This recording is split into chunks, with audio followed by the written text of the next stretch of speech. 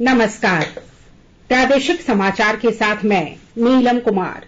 पहले मुख्य समाचार। राज्य के उग्रवाद प्रभावित 16 जिलों में खुलेगा नया ITI, 496 पदों के सृजन को मंजूरी। धनबाद के बाघमारा में CISF और कोयला चोरों के बीच मुठभेड़, 4 की मौत, 2 गंभीर। फीफा विश्व कप 2022 कतर में आज से उपराष्ट्रपति जगदीप धनखड़ उद्घाटन समारोह में भारत का करेंगे प्रतिनिधित्व। प्रधानमंत्री ने भी सफल आयोजन के लिए दी शुभकामनाएं। और भारत और मेजबान न्यूजीलैंड के बीच दूसरा T20 मैच आज खेला जा रहा है। और अब समाचार विस्तार से।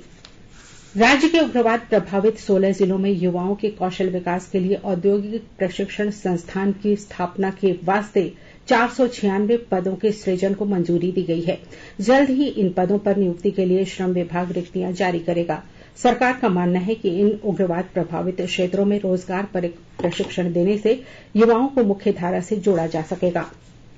संसद का शीतकालीन सत्र 7 दिसंबर से शुरू होगा और 29 दिसंबर तक चलेगा।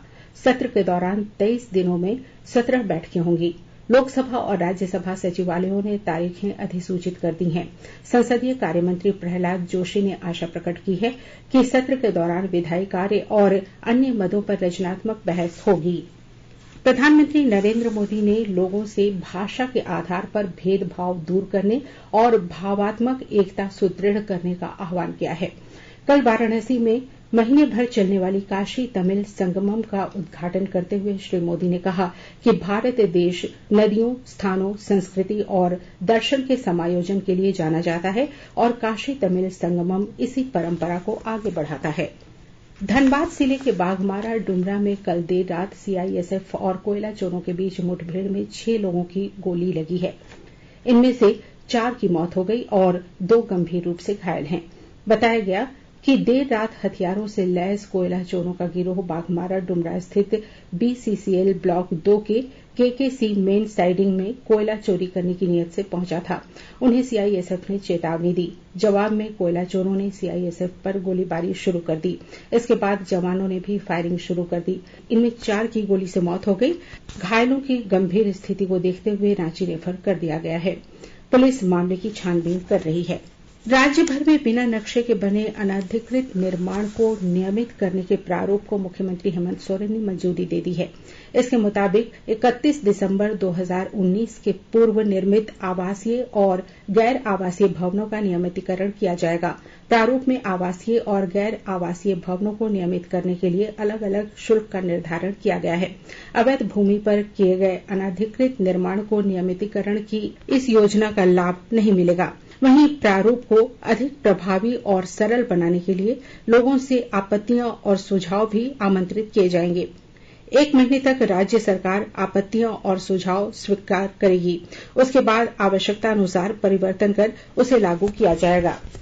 अर्थव्यवस्था में सूचना और संचार प्रौद्योगिकी से उत्पन्न अवसरों का लाभ उठाने के लिए नेटवर्क तैयारी के मामले में भारत ने अपनी रैंकिंग में 6 पायदान का सुधार किया है। हाल ही में प्रकाशित नेटवर्क रेडनेस इंडेक्स 2022 की रिपोर्ट के अनुसार भारत अब 61वें स्थान पर पहुंच गया है। 131 अर्थव्यवस्थाओं की तैयारी पर आधारित इस इंडेक्स का लक्ष्य प्रौद्योगिकी, लोक प्रशासन और प्रभाव के 4 क्षेत्रों में उनके कार्य निष्पादन का मूल्यांकन करना है। भारत ने न केवल अपनी रैंकिंग में सुधार किया है बल्कि वर्ष 2021 की तुलना में अधिक अंक भी हासिल किए हैं। भारत ने आर्टिफिशियल इंटेलिजेंस टैलेंट में पहला स्थान और घरेलू और अंतर्राष्ट्रीय इंटरनेट सेवा के मामले में मोबाइल ब्रॉडबैंड इंटरनेट में दूसरा स्थान हासिल किया है। पलामू जिले में नगर निकाय चुनाव को लेकर सरगर्मी बढ़ गई है। विस्तृत ब्यौरा दे रहे हैं हमारे पलामू संवाददाता।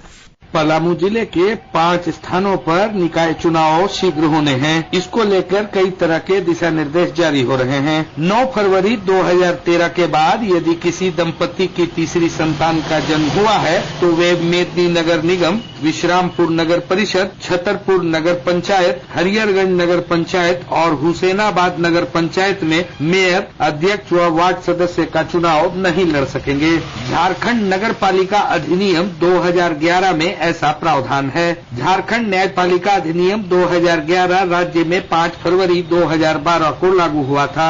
जसप्रीत सिंह, आकाशवाणी समाचार, पलामू। रक्षा मंत्री राजनाथ सिंह इस महीने की 22 तारीख को कंबोडिया के 2 दिन के दौरे पर रवाना होंगे। आसियान और संबद्ध देशों के रक्षा मंत्रियों की बैठक के अध्यक्ष के तौर पर कंबोडिया सियम रिप में 9वीं वार्षिक बैठक का आयोजन कर रहा है। श्री सिंह 23 नवंबर को मंच को संबोधित करेंगे और कंबोडिया के प्रधानमंत्री से भी भेंट करेंगे।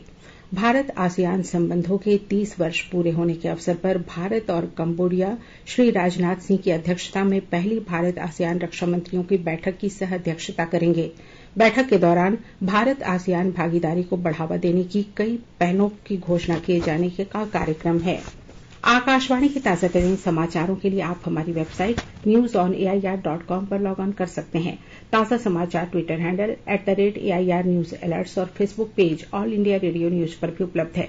आप प्रादेशिक समाचार एकांश के ट्विटर हैंडल @AIR News_Ranchi और फेसबुक, इंस्टाग्राम पेज तथा YouTube channel AIR News Ranchi पर भी हमारे बुलेटिन सुन सकते हैं।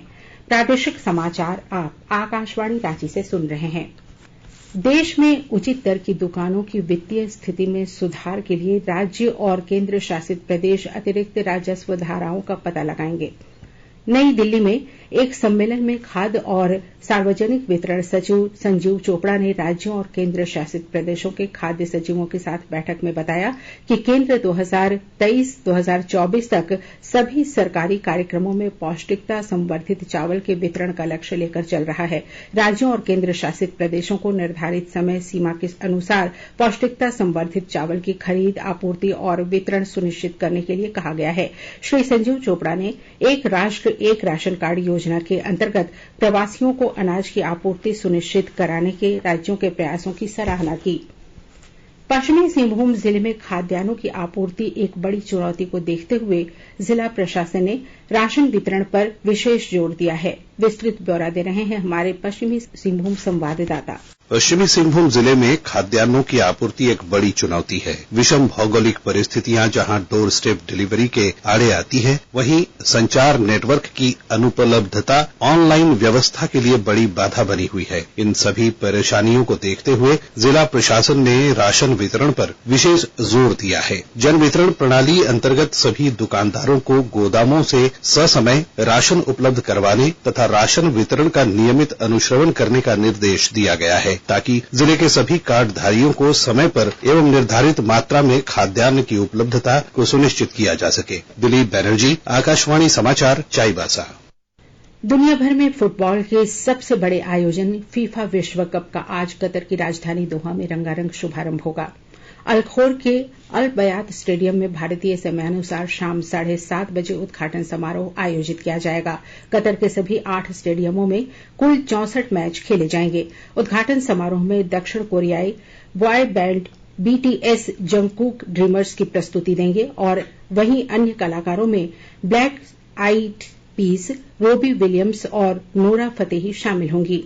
भारतीय समयानुसार रात 9:30 बजे उद्घाटन मैच में मेजबान देश का मुकाबला इक्वाडोर के साथ होगा। उपराष्ट्रपति जगदीप धनखड़ आज से शुरू हो रहे फीफा विश्व कप 2022 के उद्घाटन समारोह में भारत का प्रतिनिधित्व करने के लिए कतर रवाना हो गए हैं। श्री धनखड़ वहां भारतीय समुदाय को संबोधित भी करेंगे। विदेश मंत्रालय ने कहा कि भारत और कतर के व्यापार, सुरक्षा, स्वास्थ्य और शिक्षा सहित अन्य क्षेत्रों में घनिष्ठ और मैत्रीपूर्ण संबंध हैं। पिछले वित्त वर्ष में दोनों देशों के बीच 15 अरब अमेरिकी डॉलर से अधिक का व्यापार हुआ। अगले वर्ष दोनों देश पूर्ण राजनयिक संबंधों की स्थापना के 50 साल मनाएंगे। प्रधानमंत्री नरेंद्र मोदी ने 29 अक्टूबर को कतर के अमीर शेख तमीम बिन हमद अल थानी से बात की और फीफा विश्व कप 2022 के सफल आयोजन के लिए अपनी शुभकामनाएं दी थीं। भारत और न्यूजीलैंड के बीच दूसरा T20 क्रिकेट मैच माउंट मांगानुई के बे ओवल मैदान में खेला जा रहा है। मेजबान न्यूजीलैंड ने टॉस जीतकर गेंदबाजी करने का फैसला किया। समाचार लिखे जाने तक भारत ने 7 ओवर में 1 विकेट खोकर 50 रन बना लिए हैं। T20 अंतर्राष्ट्रीय प्रतिस्पर्धा के 3 मैचों की श्रृंखला का पहला मैच वेलिंगटन में बारिश के कारण रद्द कर दिया गया था।